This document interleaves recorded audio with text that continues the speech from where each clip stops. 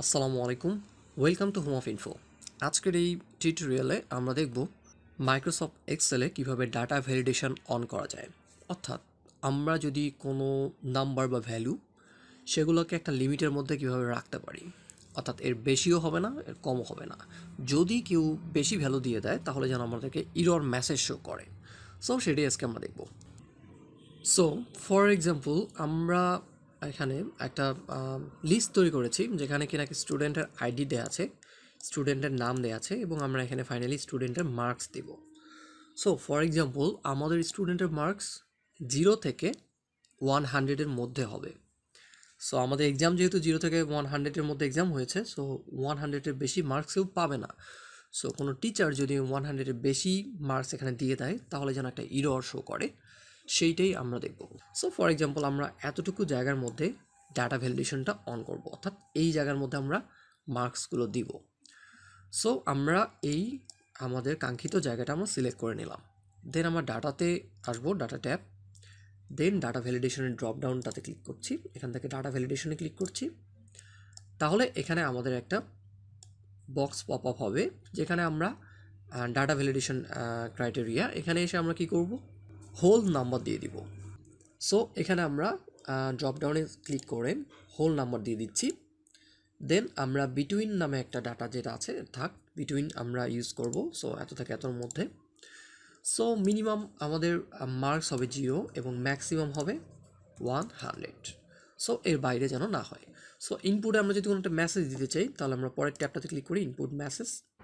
অর্থাৎ যদি কোনো একটা সেলে আমরা ক্লিক করি তাহলে সেখানে একটা টাইটেল এবং একটা মেসেজ দেখাবে যদি কোনো একটা সেল সিলেক্ট করা থাকে। ফর এক্সাম্পল আমরা টাইটেল দিলাম ইন্টার মার্কস বিটুইন 0 to 100। এটা জাস্ট কপি করে নিচ্ছি, এটা হচ্ছে আমাদের টাইটেল। সো ইনপুটে মেসেজ দেওয়া যাবে, please enter marks between 0 to 100 carefully. So আমরা লিখে দিলাম, সিম্পল একটা মেসেজ। দেন ইরর অ্যালার্ট আমরা চাইলে দিতে পারি। সো ইরর অ্যালার্ট দিচ্ছি। সো আমরা কীরকম স্টাইলে ইরর দিবে, ওয়ার্নিং দিবে কিনা, ইনফরমেশন দিবে কিনা। সো আমরা স্টপ দিতে পারি, ওয়ার্নিং দিতে পারি। ফর এক্সাম্পল আমরা ওয়ার্নিং দিলাম, ওকে, তাহলে এরকম সাইন দেখাবে, আর স্টপ দিলে এরকম সাইন দেখাবে। সো আমরা ওয়ার্নিং সাইন দিচ্ছি। টাইটেল হচ্ছে ফর এক্সাম্পল আমরা ইরর দিলাম,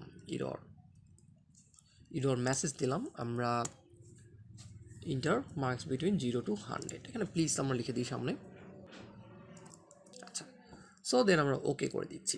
তাহলে আমরা যেটা করলাম এখানে হচ্ছে আমরা হোল নাম্বার সিলেক্ট করে দিলাম, বিটুইন দিলাম 0 থেকে 100-এর মধ্যে আমাদের ডাটা ভ্যালিডেশন কাজ করবে এবং ইনপুট একটা মেসেজ, যদি একটা কোনো সেল সিলেক্ট করা থাকে তাহলে এই মেসেজটা আমাদেরকে দেখাবে এবং ফাইনালি যদি কেউ ভুল করে তাহলে একটা ইরর মেসেজ তাকে দিবে।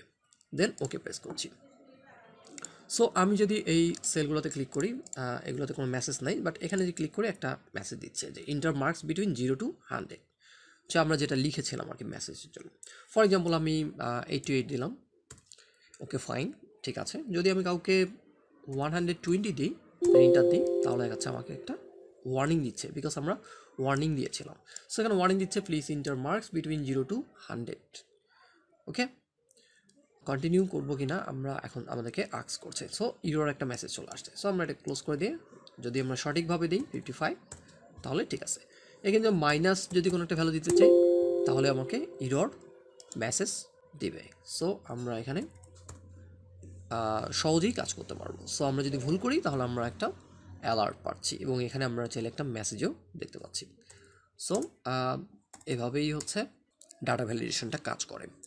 সো আই হোপ এটা অনেকেরই উপকারে আসবে। And thank you for watching and keep learning.